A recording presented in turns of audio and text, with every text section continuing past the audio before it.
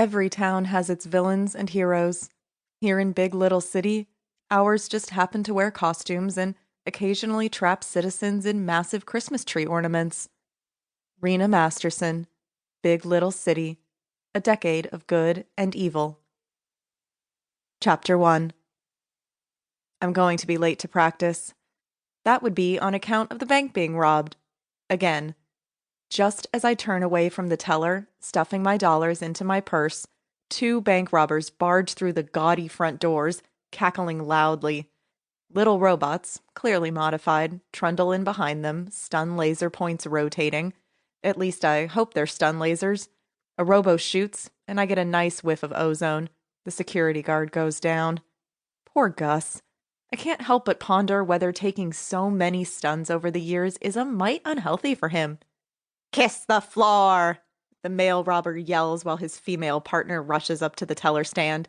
"This here's a redistribution of wealth." He wears a blue bodysuit, modified with shielding and a mess of low-grade tech. Looks like he scavenged half those chips from the Nevada tech dumps. I wonder if he glows in the dark. A heavy toolkit filled with blinking gizmos hangs from his waist. Even as I crouch on the floor, I'm trying to remember which villain he is. Lacey, my roommate, would know. She watches all the hero and vil shows that come out of Big Little City. These two robbing the bank, redistributing the wealth, are some kind of mechanic couple, Ratchet and Socket or something. They both sport big black splotches on their costumes. At first, I don't know what it's supposed to be. Then I get it. Grease. It's a stupid touch. Engines haven't been a thing for at least 3 decades. "I said get down!" the male robber hollers again. I'm already following his instructions like a good girl, but some of my fellow bank patrons are going slow about it. It's the tourists, of course. They're giddy, trying to record the robbery on their bands as they pretend to look terrified. They probably think it's shining luck getting caught in a bank heist, but it won't be so awesome if they get a stun zap to the ass. Tories have to sign the waivers when they come to town, just like us townies. "Hello, old friend," I think glumly as I lay my palms and cheek against the polished stone floor. At least the bank's got good cleaning robos. I'm pissed about being late for my mixed martial arts class, but I shift my expression into my patented, worried but hopeful look for the camera drones hovering above us. Unlike Lacey, I haven't put hours into practicing my fear, hope, and elated at being rescued expressions in front of the selfie screen. I've never gotten complaints from the city council, though. Speaking of my roomie, Lacey trembles and weeps like a champ from her teller stall. These regular bank heists aren't just a perk of the job for her. They're the entire reason she clocks in each day.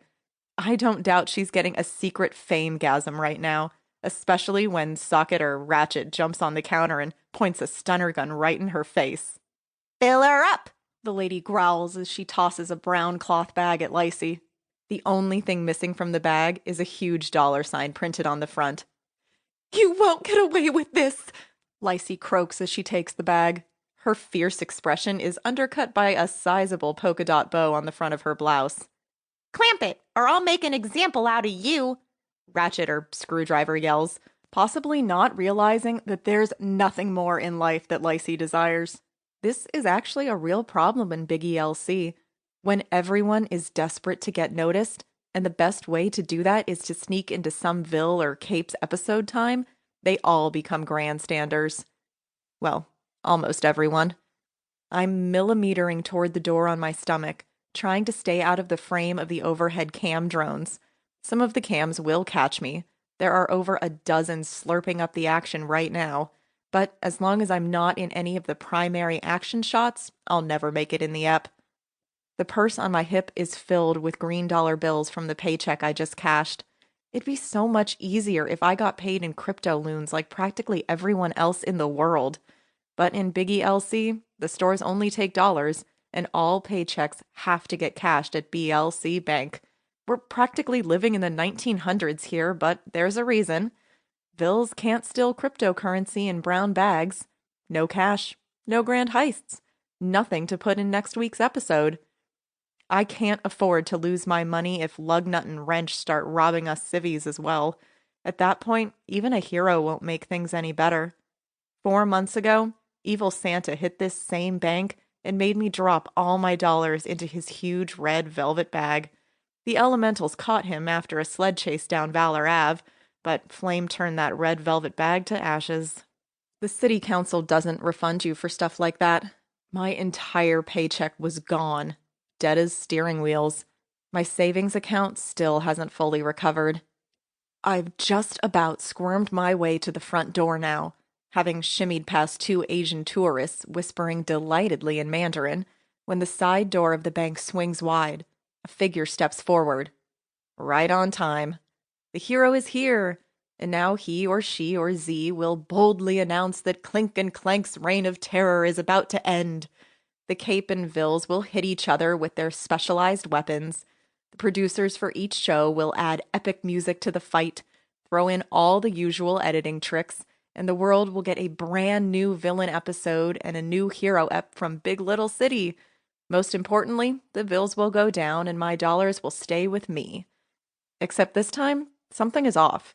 I hear barely stifled groans from the townies. The tourists are confused. When I get an eyeful of the Cape, I groan too. He wears an ill-fitting black suit patterned with white diamonds. The outfit is obviously 3D printed from self-coded schematics. I can actually see the print lines and plastic flakes on the edges of his low-grade black mask. This is enough for me to know the deal. But for those slow on the download, the real sign of trouble is the actual cape unfurling from his shoulders. The Cape is wearing a cape. No self-respecting hero has worn a cape in the past 10 years. Not since Angel Glow caught his on a metal pipe during a dramatic rooftop jump and nearly snapped his own neck. What we have here is a freeder. A wannabe hero without sponsorship or a show. Buddha's scrotum, I hiss. He's going to mess it all up. Freeders always do. To keep listening to this audiobook, I've left you a link in the description so you can do it, at no cost thanks to Audible's 30-day free trial.